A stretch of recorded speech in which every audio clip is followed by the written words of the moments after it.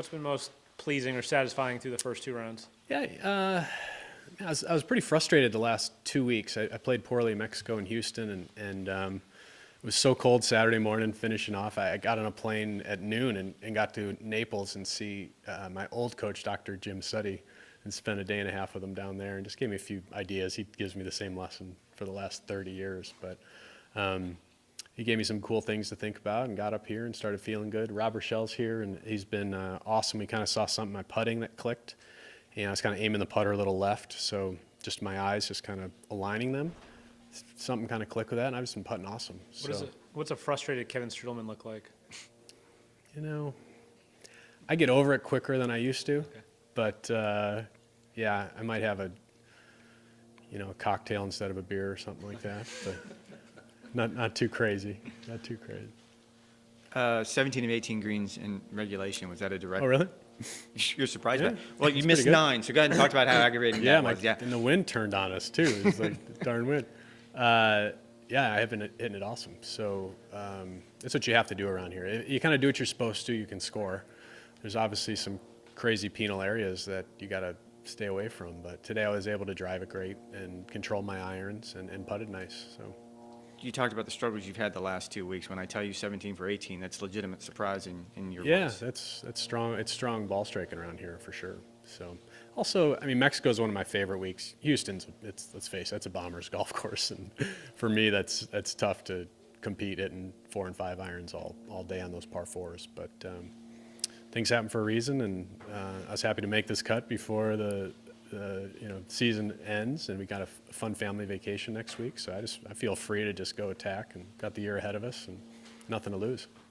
Joel joked about you giving advice, but you guys both Yeah. work with Rob. Yeah. What have you seen in his game maybe this fall? And Yeah. he talked about playing with fear. His exemptions up. Have you seen that Yeah, spur him he at all? needs to let that junk go. It's you got week by week here, and you just got to attack. As I tell these kids, it's like I look back at my career, and I've been blessed to learn from some big failures, and some great things happen because of those failures. But if you're not learning, you can be out of here pretty quick. And so I've always enjoyed that part of it. Like I enjoy those valleys because on the other side of it, it's going to be okay, and you're going to be stronger because of it. But like when you have a chance to do something great out here, you got to go for it. Like it's tough at times because we play for a lot of money and there's a lot of FedEx points, and you're like maybe a second place, a third place isn't that bad. But I tell the kids, like me, 420 events into my career, you don't remember like the third places, the fifth place. Like you remember the wins or you remember the losses, and when you were in the hunt. And like that's what we live for. Like that's what we live for as athletes. And so I just encourage them, like when you got a chance, you frickin' go for it. Mm-hmm. And you see what happens and be okay with it at the end. Joel just said something about playing with fear, Mm-hmm. obviously. Have you ever played with fear? Golf is a game where there's a lot of fear out there. Clearly, if your golf swing doesn't feel good, your putting stroke doesn't feel good, it's the same emotion scientifically. Fear as is excitement, as is adrenaline. It's kind of the same thing. So it's kind of how you channel it. I've always been one to like really try and pick out what I'm doing behind a shot, but as soon as you walk in and like put the club down, you got to like trust all that data you put in. Like I feel like it's like a computer. You're dialing everything in. You walk in, but as soon as you walk in, you're hitting enter, and you got to just let it go and let it fly. And that was a great moment when I won Tampa in 13. I had a 2-shot lead, and I look at my caddy, AJ at the time, and I was like, I could hit 5-wood and keep short of the bunkers. Bogey wins this tournament. And he looks at me, and I hadn't missed a fairway all day. And he goes, you ripped that driver down the fairway. And I got up and pummeled this thing down, flipped a wedge on and won the tournament. But it's like, it's such a fine line between that confidence and fear. Sometimes we need help with it. Sometimes it just comes in internally. Obviously, the great ones were able to kind of bring that out of themselves. But I think part of it's experience, and part of it's your purpose, and part of it's what you're doing it for that week. But it can change from week to week. A quick shock can change our confidence levels quickly, whether you're a beginning golfer or someone at our level. But you don't tend to be at least playing weekends too long if you're playing with too much fear. What will going for the win look like for you this weekend? It doesn't mean much till, get through tomorrow. I can't really think about it till the back nine on Sunday. Got to do my best. There's been times where I have thought about that, and then you screw up, and all of a sudden you're in 45th place going into Sunday. So, got to keep the head down and keep doing what I've been doing, and the same drills I've been doing, and the same. You know, like I said, it's got to get through tomorrow. Hopefully, have a really solid day and have a chance on Sunday, and then it's like those last 4, 5, 6 holes where you're going to either, you know, the pin's tucked left, you're either going to kind of hit it 20 feet safe, or you're going to hit a little cut in there and try and hit it to 4 feet and try and win. And that's sometimes a mental, like, outlook walking into the shot. And that's sometimes a difference of a championship or a 4th place finish.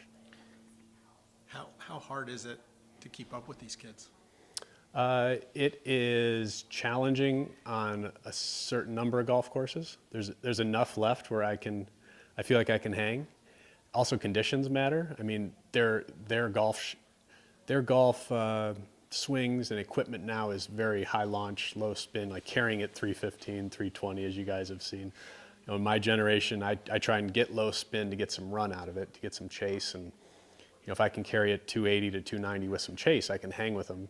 If it's a softer golf course and you're not getting run, it is difficult. Because then the hard part is you start to incorporate changes to hit it farther, which then brings in like injury proneness, and then it also brings in deficiencies in your golf swing, which for me, like I start to fire my legs super hard, upper body tilts back, now I got to throw the face, and you kind of lose the bottom of the club. But I'm just doing it to try and hit it farther to hang out with these guys. So honestly, I'm having fun with it. Like I had a great talk with my wife, Courtney. We had a date night a few weeks ago, and I told her, I was like, if you're ready for me to be home, like, let me know. I'm ready. You know, she has tough times. All of our wives have tough times with our kids, and it's like 8 and 6-year-old.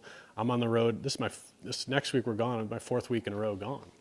So I'm missing Sophie has a 101 Dalmatians musical today and tomorrow. I'm missing, which is killing me. And but she has to get her ready for that. She has to get ready to football. She has to be a mom. And I said, if you need help, you've given up your last 20 years of your life for me.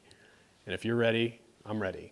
And she's like, nope, I want you to be out there. You're still doing well. I said, all right, well, I'm out here. I'm going to do my best to be the best me I can be. But the great thing with our sport, you can still have like a magic week. You know, it can happen. It's like maybe I'm not as good as I once was, but I'm as good once as I ever was. You know, it's like the line.